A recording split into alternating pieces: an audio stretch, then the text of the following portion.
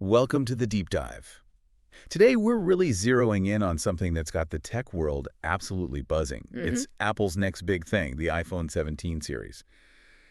But we're not just talking about the usual updates. No, not at all. We're diving into the unexpected star that seems to be stealing the show. That's the iPhone 17 Air. That's right. And it's getting attention not just from, the usual Apple crowd, but pretty much anyone interested in where phones are heading. Exactly. This isn't just a minor tweak. The word is the iPhone 17 Air is actually replacing the Pluses model. Right. And all the leaks are calling it this super slim edition that's apparently raised the most excitement. It feels like a really bold move for Apple, doesn't it? Maybe even a shift in how they think about design. It really does. And that's basically our mission today. Yeah. Let's unpack what makes this phone feel so different.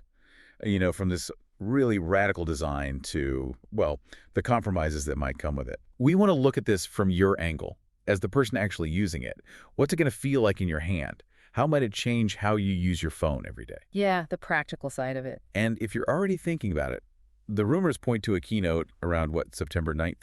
Yeah, September 9th, and pre-orders may be kicking off September 12th and hitting shelves just a week later, September 19th. So not too far off, potentially. Okay. And if we're talking radical shifts, the number one thing everyone's talking about with the 17 Air is just how incredibly thin it's supposed to be. Okay, yeah, let's get into that thinness. Because the numbers I've seen floating around seem, pretty remarkable. How thin are we actually talking here? Compared to, phones now or even older iPhones? Well, potentially, we're looking at just 5.5 millimeters thick front to back. Wow. Which, would easily make it the thinnest iPhone ever. Okay. Put that in context for us. Sure. So, the Samsung Galaxy S25 Edge, that's pretty new, pretty popular, reportedly. Right, I've seen that one. That's 5.8 millimeters. So the Air would be even slimmer than that. And remember the old iPhone 6? The one that had all the Bengate talk? Oh, yeah. Definitely remember that. That was 6.9 millimeters, so significantly thinner. And get this, it's almost as thin as the 11-inch M4 iPad Pro. The new iPad Pro. Seriously? Yeah, that iPad is 5.4 millimeters. So we're talking really, really thin for a phone. It's not just shaving off a little bit. It feels like a whole new form factor. Plus, they're saying it could weigh around 145 grams. Okay, that's light, like iPhone SE Lite or the 13 mini. Exactly, super light. Imagine holding that. That does sound almost impossibly thin for a phone. But doesn't that immediately bring up a big question? Like the whole Air idea, are they making it super thin just for the sake of it, even if it makes it less practical day to day? You've hit the nail on the head there. That's the core design paradox, isn't it? Right. The main body is, super sleek at 5.5 millimeter, but then you've got the camera bump where the lenses actually are. Ah, the bump. Always the bump. And that part would reportedly make it 9.5 millimeters thick, right there. Okay, so quite a difference. It really shows Apple's prioritizing that feeling of thinness for the main body, even if it means, a pretty chunky bit sticking out. And that affects things, right? Like putting it down on a table. Exactly. It'll wobble. Or maybe catching in your pocket. It kind of challenges that idea of a perfectly seamless design, all in the name of being the thinnest. So thinnest iPhone ever, but maybe not the flattest or most balanced. That's a really interesting trade-off. What about the look and feel otherwise? Is it just thin, or does it actually look different too? Oh, it looks totally different from the back based on these leaks. Apparently, it will look unlike any other iPhone from the back. How so? Well, forget the usual triangle camera layout you see on the Pro and Standard models. Okay. The rumor is a horizontal camera panel that stretches right across the width of the phone. Oh, like a Pixel phone. Or that old Nexus 6P. Exactly like those. It gives the Air this really distinct identity, it sets it apart visually.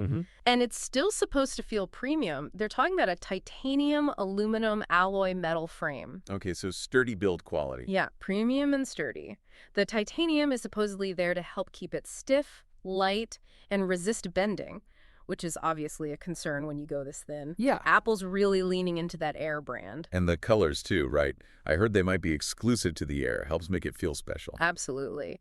The chatter is black, a unique white, a light gold, and this very specific light blue. Light blue, like the MacBook Air. Supposedly just like the sky blue color from the M4 MacBook Air. See? Yeah. Reinforcing that whole Air connection. Clever. And even tiny details seem geared towards this thinness, like the USB-C port might not be perfectly centered. Really? Yeah, and the speaker grill's simplified to just 2 holes on either side of the port instead of the usual 5. Little things to make it all fit. But don't worry, you still get the important stuff like IP68 water and dust resistance. Okay, good. And the action button and a camera control button are supposedly still there too. All right, so the outside is getting a major makeover. Let's peek inside now. What about the screen you'll be looking at all day? And the cameras? Heard the display size is hitting a kind of sweet spot. Yeah, they're calling it the Goldilocks display, and for good reason it seems. Ribber is a 6.6-inch OLED screen. Okay, 6.6. So bigger than the standard, smaller than the Max. Exactly, right between the standard and Pro Max sizes. Mm-hmm. The idea being, the standard can feel a bit small for watching videos or getting stuff done, but the Pro Max is just too big for some people's hands. Makes sense. So 6.6 inches could be that just right size. More screen, but hopefully still manageable. Apparently it was going to be even bigger, like 6.9 inches. Oh. But they supposedly scaled it back because of those bending worries we talked about. Okay. Now, the big one for a lot of people, promotion. Is that 120 hertz refresh rate finally coming to a non-Pro iPhone? Because that smoothness makes such a difference. That's the really exciting bit. The leaks are pointing strongly towards, yes, 120 hertz for the iPhone 17 Air. Yeah. So for you, that means things like scrolling, animations, just moving around the interface. It'll all feel much smoother, much more responsive. Definitely a Pro feature trickling down. It is. It's a big deal for the user experience. But there's a little caveat, a nuance. Okay, what is it? Some leaks suggest it won't support the fully adaptive refresh rate that goes all the way down to 1 hertz like the Pros do, Yeah. meaning the always-on display might not be quite as feature-rich or maybe not as power-efficient as it is on the Pro models. Okay, so you get the 120 hertz smoothness, Yeah. but maybe not the super efficient always-on. Something to think about depending on how much you use that. Exactly. It's a detail that, power users might notice more. Right. Okay, onto the cameras. With all this focus on being thin, how are they handling the camera system?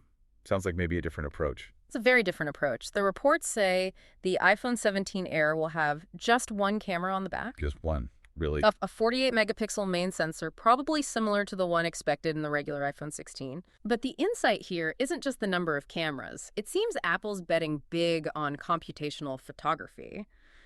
Using AI and software smarts to get pro-like shots from that single lens without needing all the extra hardware bulk. So they think software can make up for not having an ultra-wide or a telephoto? That seems to be the bet. They're banking on the idea that, honestly, most people use the main camera 90% of the time anyway. Fair point. Can it still zoom? Yeah, they can still offer that 2x zoom equivalent by just cropping into the middle part of that big 48-megapixel sensor using the central 12 megapixels, basically. Okay, clever workaround. But no spatial video then, I guess. Or true optical zoom. Right. No ultra-wide, no dedicated telephoto, and probably no spatial video unless they figure out some new software trick. It's definitely a trade-off. But what about the front camera? That's becoming more and more important. Good question. Any news there? Actually, yeah. This is where the Air is rumored to get a major upgrade, a jump to a 24-megapixel front-facing camera. 24. Up from 12. Exactly. That's a massive upgrade. Think much sharper selfies, better FaceTime calls, clearer video for social media. That's a big improvement. Okay, that's definitely a plus.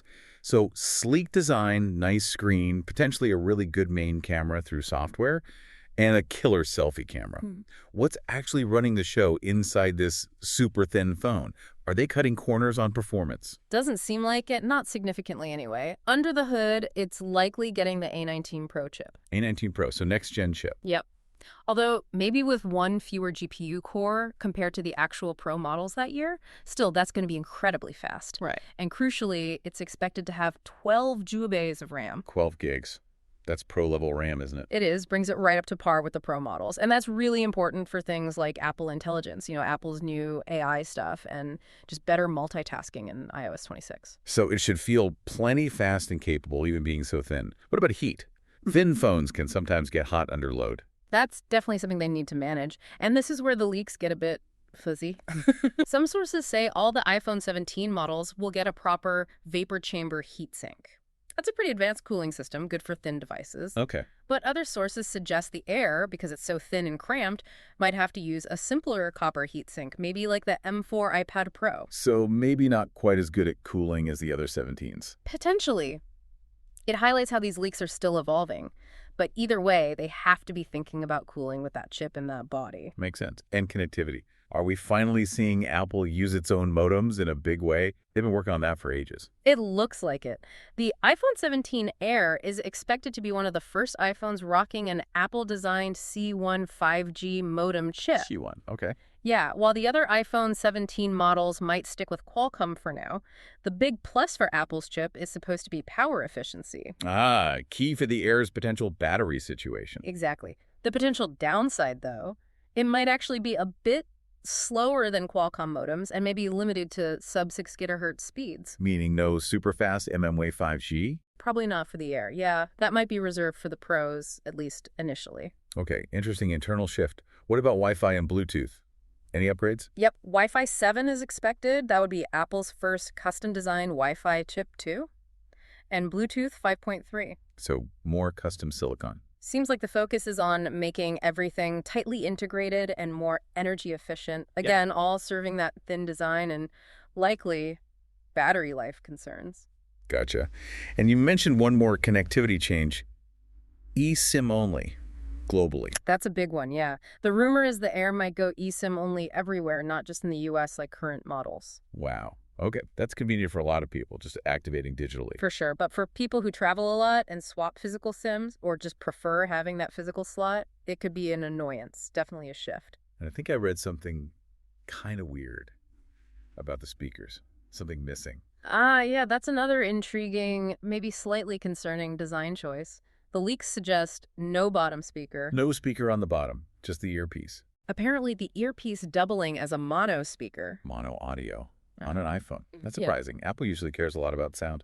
It is surprising. It would definitely affect stereo sound when you're watching videos or gaming without headphones. But, Apple. If they're doing this, they've probably worked hard on software processing to make that single speaker sound as good as possible. Still, it's a potential compromise to watch out for. Definitely. Okay, we've covered a lot of the cool stuff, the design, the screen, the internals, and some definite trade-offs. But now we got to talk about the elephant in the room. The thing that could make or break this phone for a lot of people. Uh-huh. Let me guess. Battery life. Bingo. The potential Achilles heel. This is where things get really interesting and maybe a bit controversial. Yeah, this is the big one, and it comes right back to that design. Being super slim just means less room for the battery. It's physics. Right. So what are the leaks saying about capacity? They're suggesting it could be below 3,000 milliamp hours. Maybe around 2,800 or 2,900 milliamp hour. Oof. That sounds small for modern flagship. Like iPhone 12, small. Pretty much exactly. It would be one of the smallest batteries in a flagship iPhone in recent memory. So the obvious worry is it just won't last all day for most people, right? Mm-hmm. How bad could it be compared to other iPhones? That's the major concern, yeah. The rumors say it won't last as long as other iPhones. Apparently, Apple's own internal tests found only maybe 60–70% of users could get through a full day without needing a charge. 60 to 70%. Compared to what for other models? Compared to usually 80–90% for other iPhone models, that's a significant drop. Wow. Yeah, that means a lot more people will be hunting for a charger mid-afternoon. That changes how you use your phone. It absolutely does. It's a potentially serious limitation for a phone that's supposed to be your main device. Is there any hope? Any counter-argument? Is Apple just going to release a phone with subpar battery life? Well, there is another perspective. Mark Gurman, who's usually pretty reliable, Right. he suggested battery life could actually be on par with current iPhones. Really? How? With that small battery? Through a combination of hardware and software tricks, basically. Apple's banking heavily on the power efficiencies and the new processors, like that A19 chip, Okay. and also new adaptive battery software in iOS 26 powered by Apple Intelligence. The idea is the phone learns your habits and dynamically adjusts things like performance, screen brightness, maybe even that 120 Hz refresh rate to save power when you don't need it. Smart battery management. Exactly. Plus, they're likely using a very high-density battery chemistry. Maybe even that advanced silicon anode battery technology people have been talking about, that tech basically packs more energy into the same physical space. So lots of clever engineering to try and make up for the smaller size. Yeah. But I also heard about a slightly ironic backup plan. Huh. You mean the battery case? Yeah. Is that really a thing they might offer? The rumor suggests yes, a new battery case specifically for the Air as an optional accessory. That's kind of funny, isn't it? They go to all this trouble to make it incredibly thin. And then sell you a case to make your thin iPhone thicker, just so the battery lasts all day. It perfectly sums up the whole compromise, doesn't it? It really does. Oh, and for charging itself, MagSafe is still expected, which is good for aligning properly for wireless charging. Okay. Wired charging speeds probably stay at 35W, but wireless charging with the newer Q2 standard chargers could maybe hit 25W, which is up from 15W now, so a bit faster wirelessly, potentially. All right, let's try and wrap our heads around this. All these features, the radical design, the clear compromises. Who is this phone actually for, and what's it going to cost? Price-wise, the early guesses are hovering around $949. Okay, so not cheap. Is that more or less than the Pro? It seems like it might reflect a small, like $50 price bump across the whole iPhone 17 line. There was some back and forth, but the latest info suggests it will be less expensive than the actual iPhone 17 Pro models. So still premium pricing, but sitting below the top Pro tier. Which brings us back to who buys this paradoxical device? It's not really a Pro, and it's definitely not the basic model either. That's the million-dollar question, isn't it? And it kind of reveals Apple's strategy, I think. This phone is a paradox. Yeah. You get that super premium, incredibly thin design. You get the upgraded front camera, maybe the high refresh rate screen. But you lose cameras, you lose battery capacity, maybe even some audio quality. It seems like Apple is betting on a new kind of consumer. Someone who values looks over longevity. Kind of. Someone who values form over function, maybe. Someone who wants the most elegant iPhone Apple's ever made and is willing to accept those compromises to get it. They're prioritizing how it feels to hold that incredibly thin, light device above all else. Sacrificing some practicality for the ultimate sleekness. I bet that's causing some debate online. Oh, absolutely. It's really polarizing. You see some people saying they're very interested. Maybe they have wrist issues or they just don't care about battery because they're always near a charger. For them, thin and light is a luxury. And the other side. Others are calling it a clear cash grab or saying it's a product no one asked for, especially with those battery question marks. It really shows there isn't one perfect phone for everyone, right? Different needs, different priorities. Yep. And hey, maybe it's also a stepping stone product for Apple, a way for them to test out these super thin designs and materials before they, eventually launch a foldable iPhone. Interesting thought. Well, what a deep dive this has been, the iPhone 17 Air. It's definitely shaping up to be one of the most intriguing, maybe controversial Apple devices we've seen in a while. For sure. There's such a bold move, putting that form factor, that sleekness, right at the very top of the priority list, arguably above some core functionalities. It feels like it's designed for a very specific person, someone who thinks, yeah, maybe less can be more. Yeah. But only if the right compromises are made. And that's the big question mark, isn't it? It really challenges what we think a flagship phone has to be. Does it need 3 cameras? Does it need 2-day battery life? Yeah. Or can pure design lead the way sometimes? Exactly. So as we finish up, here's something for you to think about. In a world where phones keep getting more powerful, often bigger and thicker, what trade-offs are you personally willing to make for that cutting-edge design, for ultimate portability? Will this iPhone 17 Air actually redefine what a flagship can be? Or will those compromises, especially the battery, just be too much for most people?